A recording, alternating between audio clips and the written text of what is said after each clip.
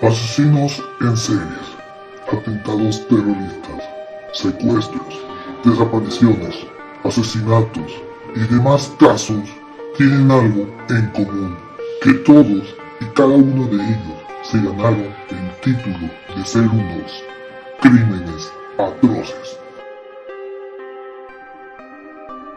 Bienvenidos sean a Crímenes Atroces, el podcast en donde cada semana yo, Santiago Quiroz y Abato, les contaré a todos ustedes los casos de crimen real más atroces, macabros, mediáticos, terroríficos y sanguinarios que han marcado la historia de la humanidad. Bienvenidos sean a otro viernes criminal. Ya estamos a una semana de que se acabe el mes de agosto para iniciar el mes de septiembre y el próximo mes les traigo sorpresas preparadas, pero ahorita sé que este caso les hubiera gustado que lo contara en septiembre, pero ya me moría de las ganas por contarles este caso, porque es muy interesante el caso que vamos a escuchar a continuación, porque ya lleva tiempo, ya tiene mucho tiempo, ya tiene que 13 años de lo que ocurrió, pero bueno. Sin más preámbulo, vamos a comenzar con el episodio 23. Los crímenes que se cometen hacia menores son los más crueles y despiadados en la historia de la humanidad. Pero ¿qué pasaría si el caso de la desaparición y posterior muerte se vuelven un circo mediático y que tristemente y a pesar de las investigaciones avanzan los años y el crimen nunca se resuelve? Casos hay muchos, como el caso de Madeleine McCann, de quien ya les he contado, es el episodio 4, y el de JonBenét Ramsey, que próximamente les voy a contar de ese episodio. Hablando del caso de JonBenét, que no es precisamente del tema del que les traigo hoy, hay un caso similar al suyo debido al estatus social de la familia y las misteriosas circunstancias que la rodean y que sucedió aquí en México. Así que hoy conocerán el caso del asesinato de Paulette. Y los que son de México sabrán lo famosísimo que es este caso, como no tienen ni idea todo lo del circo mediático que fue y por qué luego lo comparé con el caso de JonBenét, lo van a saber a continuación. De hecho, es que próximamente también contaré el caso de JonBenét en otro episodio. Y si quieren ver los dos episodios, tanto este como el que haga de JonBenét, los que quieren escuchar al mismo tiempo sabrán que tienen todo parecido. Bueno, muchas cosas, pero por lo general. Empecemos con este caso. Antes de conocer un poco lo que ocurrió ese 2010, conozcamos un poco a la menor y el por qué fue famosa. Paulette Guevara Farad nació el 20 de julio del 2005 en el municipio de Huixquilucan, Estado de México. Es decir, que hoy estaría cumpliendo 18 años. Fue la hija menor del matrimonio formado por Lisette Farad, guarden ese nombre, Lisette Farad, que va a sonar bastante en esta historia, y de Mauricio Guevara. Y tenía una hermana mayor de nombre Lisette con S, Lisette Guevara Farad, conocida como Chess. Paulette nació con un peso de 800 gramos y 34 centímetros de altura. Además contaba con dos padecimientos que la volvían una niña discapacitada, las cuales eran eficiencia automotriz y un trastorno del lenguaje, los cuales, de acuerdo con su madre, fue por nacer de manera prematura, según lo que cuenta la madre, y eso lo sabemos por las imágenes y videos que existen de Paulette. Sufrió un derrame en el lado izquierdo de su cerebro que le provocó ambas discapacidades, pero afortunadamente no tenía ningún tipo de retraso mental, afortunadamente, ni otra enfermedad cognitiva. Perdonen ese ruido, estaba moviendo el cable. Bueno, enfermedad cognitiva. Y a pesar de que los doctores en un punto le informaron a la familia que difícilmente podría caminar, tomó equinoterapia que le ayudó a mejorar su capacidad motriz, aunque requeriría de ayuda para vestirse. En cuanto a la familia, que se sabe, ellos eran una familia sumamente que tenían un estatus social económicamente alto, pues ellos vivían en Interlomas, que Interlomas es el lugar más caro del Estado de México. Bueno, regresando a Paulette, después de esa pausa hablando de la familia, Paulette era el estudiante del Jardín de Niños Cri Cri, ubicado en Interlomas, Naucalpan de Juárez, de donde yo soy. Según lo que comenta Carmen Valles, la directora del preescolar, la describe como, citándola, una pequeña entusiasta que hacía el mayor esfuerzo por realizar sus actividades por ella misma y a quien solo debían asistir debido a su discapacidad motriz y de lenguaje en algunas acciones cotidianas. Valles comentó que Paulette primeramente fue colocada en terapias encaminadas con el fin de mejorar su lenguaje, para que con el tiempo lograra adaptarse y fuera incorporada a un grupo regular de estudiantes en el que tenía un desempeño favorable. También dijo que sus padres acudían constantemente a las actividades relacionadas con la educación de su hija. Sin embargo, desconocía el tipo de terapias que realizaba la niña en horarios fuera de la escuela para poder mejorar sus discapacidades tanto de lenguaje como motriz. O sea, es que luego si vas a un kinder y te ayudan en ese tipo de cosas, tienes que tomar terapia externa, no solamente la que te dan en eso. Algo curioso que comentó esta misma directora fue que antes de la desaparición, spoiler, Paulette había dejado de asistir a clases a partir del 12 de marzo del 2010 y que se le notificó de que estaba enferma, pero no se le dieron más detalles sobre el padecimiento ni cuándo regresaba a clases. Es muy sospechoso lo que pasará. Ahorita que les cuente todo lo que fue su desaparición, ya verán, ustedes saquen sus teorías. La noche del domingo 21 de marzo del 2010, yo ya apenas yo aún tenía 10 años, porque yo cumplo en abril y esto fue en marzo. Paulette llegó con su hermana y su padre a su departamento ubicado en Whisky Lucan después de un viaje a Valle de Bravo.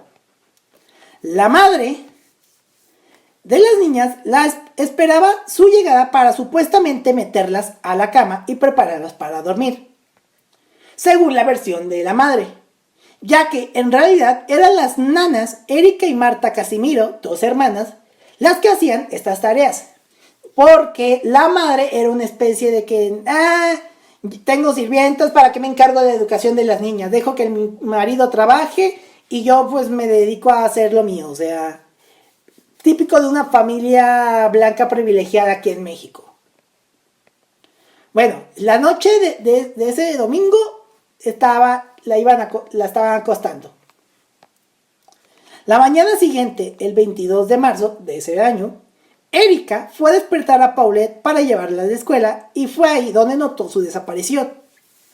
Acto seguido, le notificó a Lisette que, como dato curioso, Erika afirma en sus declaraciones que vio a Lisette cero preocupada por la desaparición de la niña y que cuando la encontró, cuando le dio aviso a la madre fumaba un cigarro y le dijo, ¿ya buscaste bien?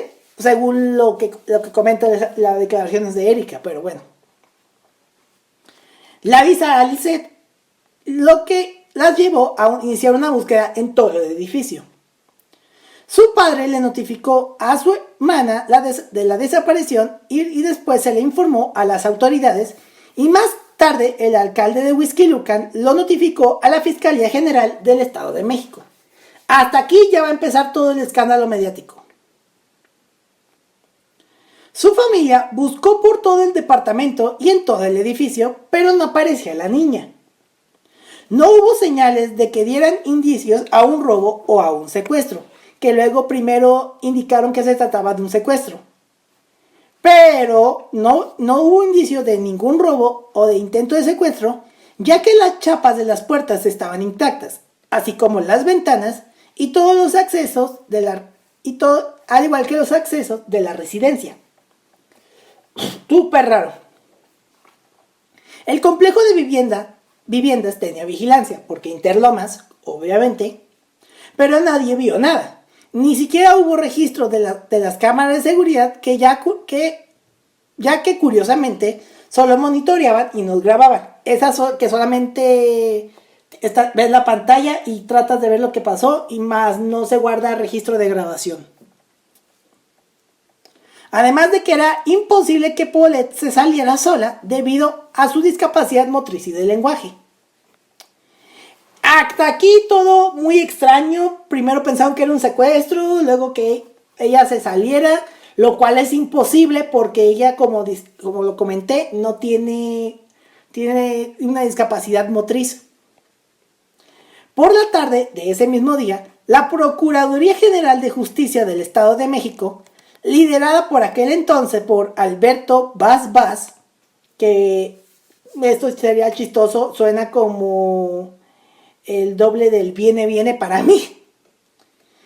Bueno, difundió un cartel con la foto de Paulette y algunos datos sobre ella.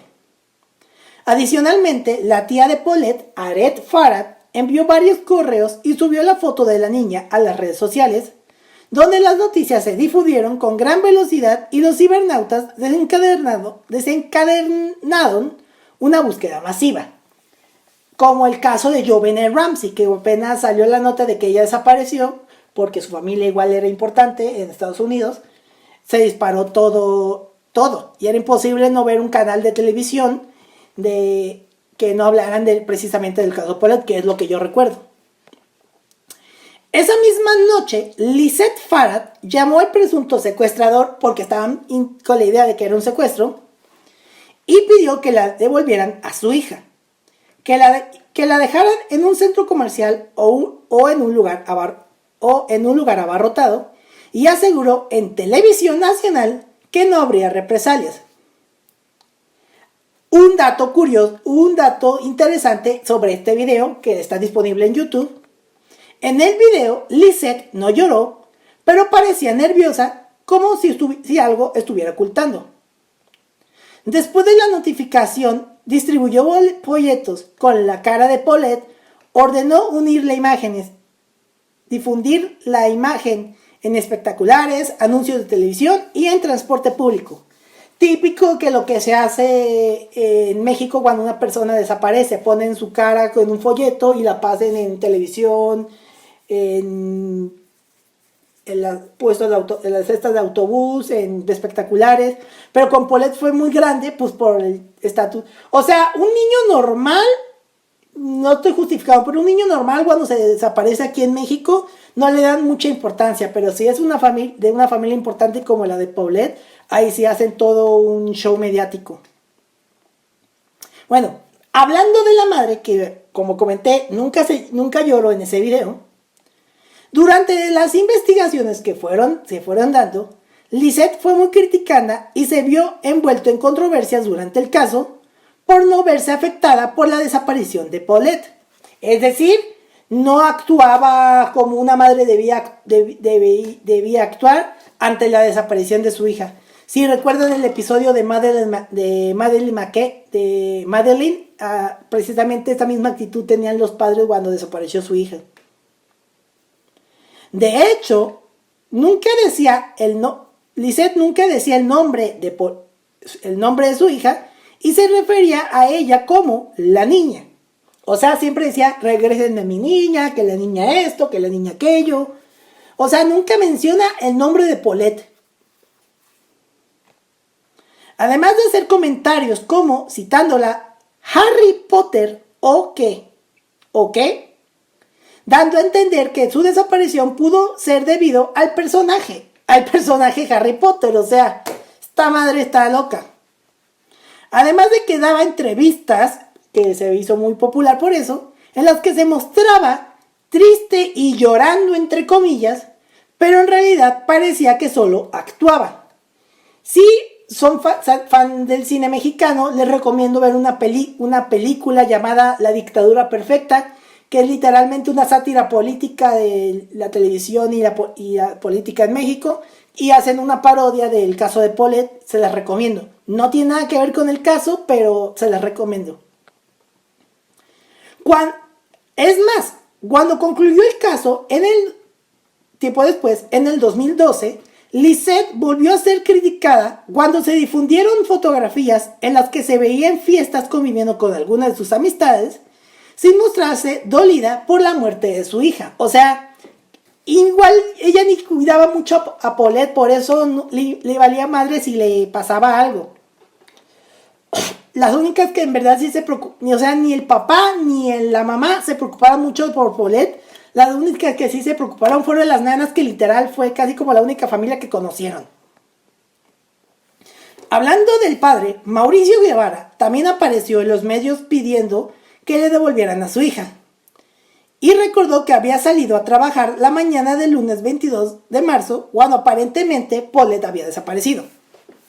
Unos días después, el 29 de marzo de ese año, la Procuraduría General del Estado de México comunicó que arraigaría, es decir, como prisión preventiva, a Mauricio Guevara, Lisette Fara y a las hermanas Erika y Marta Casimiro, las nanas, por falsedades e inconsistencias en las declaraciones. Un día después, el 30 de marzo, los padres de Paulette pasaron unas horas en la Procuraduría Mexiquense y luego fueron trasladados a un hotel donde cumplirían su arraigo. Ese mismo día, los expertos de la unidad colocaron mantas en el lugar para llevar a cabo la reconstrucción de los eventos con la presencia de los padres. ¡Ah! Cuando se desaparece alguien, no vas a hacer la reconstrucción. Es más, durante todas las investigaciones hubo gente que estaba durmiendo en el cuarto de Paulette, que estaba ahí adentro, movieron cosas, contaminaron toda la escena del crimen. Por eso es que al final salió como salió el resultado de esta investigación. Ante todo esto, cabe destacar que durante esas investigaciones, que supuestamente hicieron bien, un periodista llamado Salvador Maceda, del noticiero Fuerza Informativa Azteca, ese anuncio fue gratis, TV Azteca, feliz aniversario, por cierto, expuso una conversación entre Lisette y su hija mayor, donde parecía que la estaba regañando, diciéndole lo que debía de declarar al respecto de la desaparición de su hermana.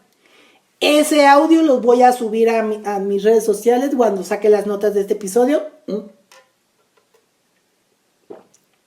Mientras les voy a leer, a citar lo que fue esa conversación. Cito la conversación. ¿Abro la cita? Sí, no vayas a decir nada más, nada. Nada más diles que estaban muy tristes porque tu hermanita se perdió. Es todo lo que tienes que decir. ¿Por qué, mamá? Es todo lo que tienes que decir, mamita. Porque si no empiezan a malinterpretar las cosas, nos pueden acusar de que nosotros nos la robamos o que tú la empujaste afuera para perderla. Entonces tú mejor no digas nada, ¿ok? Porque no sabemos nada. Cierro la cita. Al salir esta conversación, Lisette negó esto, diciendo que la grabación había sido editada para que sonara como si ella estuviese diciéndole algo a su hija, que ocultara información. Sin embargo, más tarde aceptó que estas fueron las palabras que le dijo a su hija, argumentando que sí habría dicho eso, pero no en el contexto que había sido mostrado. Muy extraño, ¿no lo creen?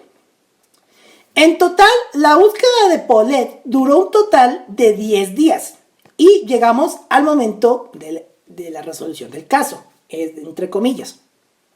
En la madrugada del 31 de marzo del 2010, el cuerpo de Paulette fue encontrado en su propia habitación entre la cabecera y el colchón, algo que fue muy controversial, ya que durante esos días los expertos forenses habían entrado con perros entrenados, además de que su madre había dado varias entrevistas.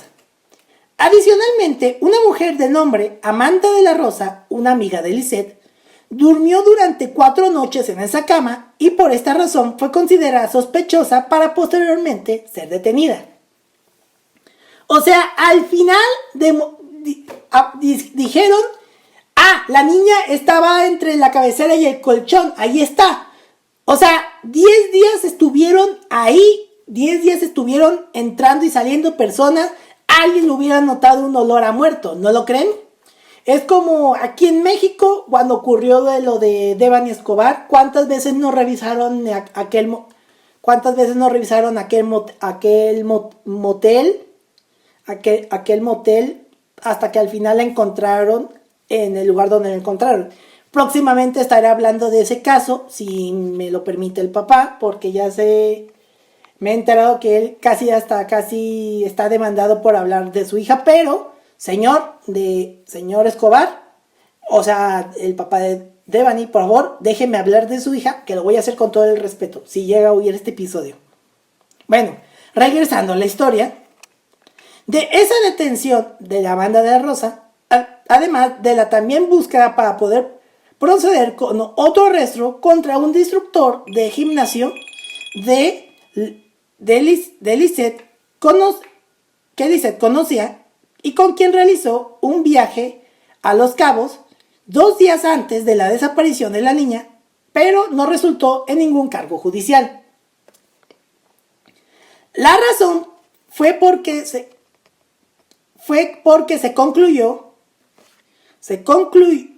concluyó que la infante había muerto debido a un accidente, con la causa de muerte siendo descrita como, citándolo, asfixia mecánica debido a la obstrucción de las cavidades nasales y compresión tórax abdominal. Al menos esto fue informado de manera oficial por el procurador Alberto Vaz. Cuando se le hizo la autopsia a Paulette, se reveló lo siguiente.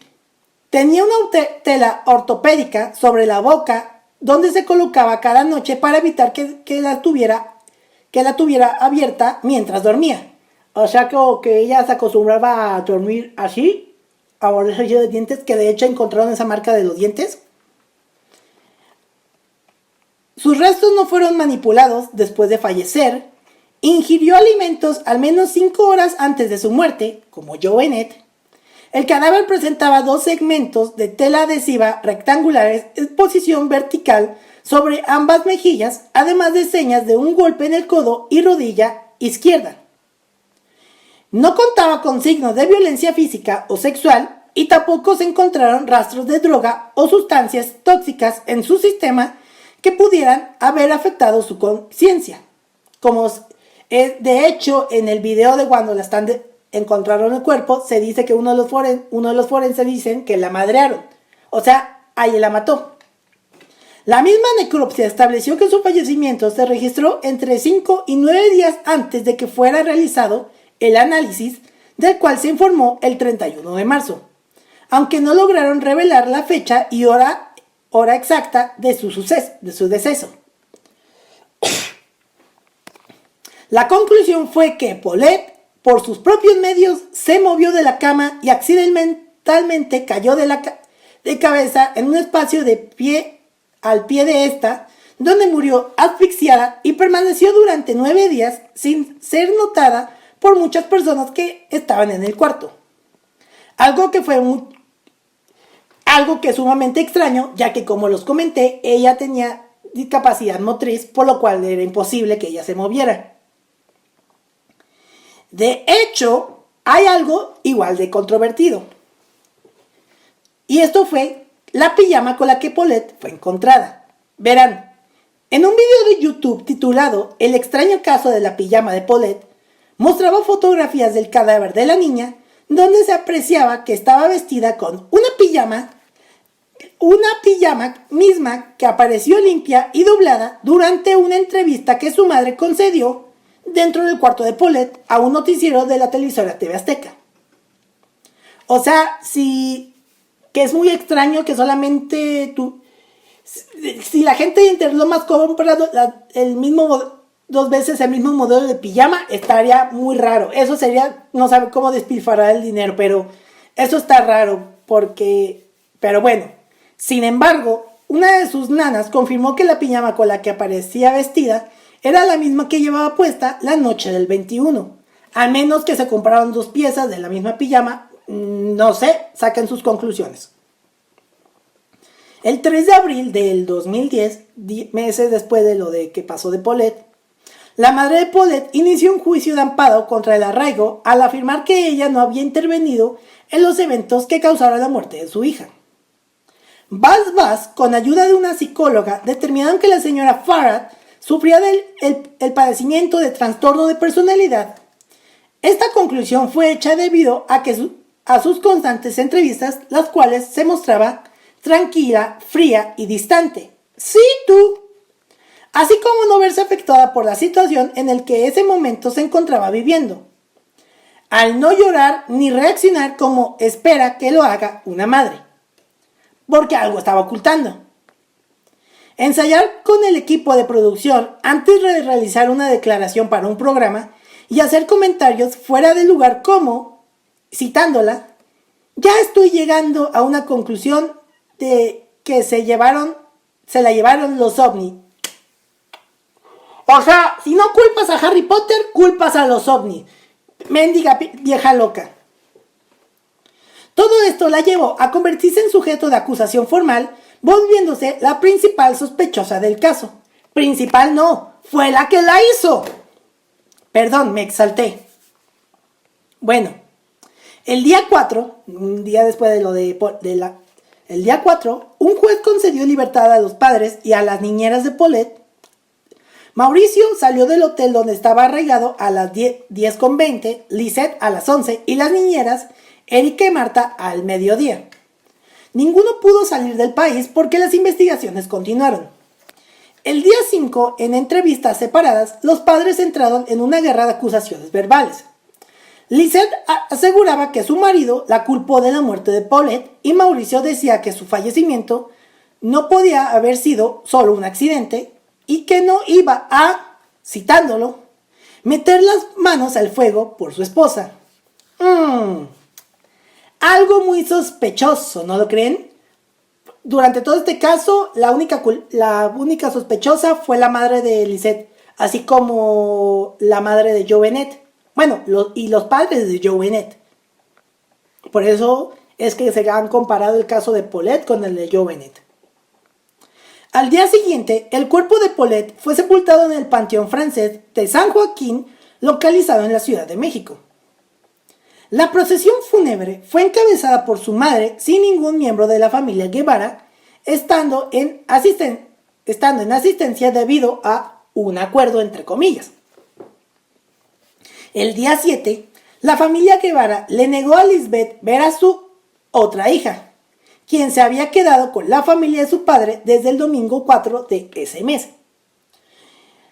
En cambio, sus compañeros y figuras de autoridad del jardín de niños Cri Cri la despidieron en una ceremonia póstuma el día 12. El 10 de mayo, y aquí llegamos a lo interesante, el procurador general del entonces conocido Distrito Federal también colaboró en el caso a pedido de su contraparte en el Estado de México y otorgó la custodia de la hermana de Paulette a su madre, quien había interpuesto una denuncia contra su esposo exigiendo la custodia de la niña. El día 26, aunque Alberto Bas había defendido la investigación y conclusiones del caso, renunció a su cargo como titular de la Procuraduría General de Justicia del Estado de México, diciendo que una procuraduría necesita confianza para actuar con eficacia y la dependencia a su cargo la había perdido por los cuestionamientos de su actuación en las pesquisas de la muerte de Paulette Guevara Farad. Es decir, igual que su apellido, pues Bas. ¿Y quién creen que dio la orden, el aviso de su destitución? El aquel entonces gobernador del Estado de México, Enrique Peña Nieto. ¿Le suena ese nombre conocido? Ok. 7 años después, el 3 de mayo del 2017, el cuerpo de Paulette fue exhumado y cremado, ya que las autoridades consideraron que sus restos ya no eran evidencia para la investigación del caso que oficialmente se dio carpetazo. Este caso ha dado múltiples documentales y series donde hablan sobre ella y también ha dado múltiples teorías sobre qué pudo haber pasado. Ya sea que fue la misma madre quien la mató y ocultó el cuerpo y días después lo puso en ese lugar, o al igual que con JonBenét Ramsey, fue su hermana mayor la que la asesinó de manera accidental y sus padres la encubrieron. Pero, tristemente, han pasado varios años, 13 en total, y todavía no sabemos qué pasó con una pequeña que nunca hizo nada malo y que pudo haber hecho diversas cosas si no fuera que su vida terminaría de manera temprana. Así que hoy estaría cumpliendo 18 años. De hecho, feliz cumpleaños, Paulette, te vamos a extrañar. Y este fue el caso del asesinato de Paulette. Un caso sumamente interesante, intrigante y súper mediático que México vivió.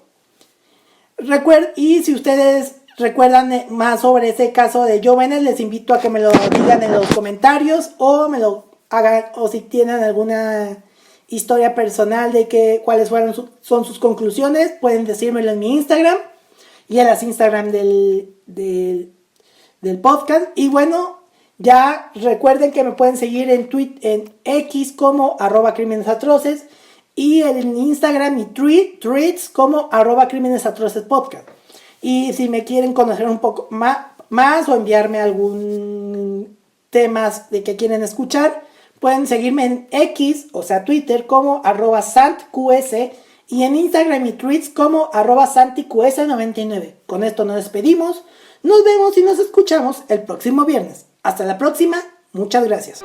Asesinos en series, atentados terroristas, secuestros, desapariciones, asesinatos y demás casos tienen algo en común, que todos y cada uno de ellos se ganaron el título de ser unos crímenes atroces.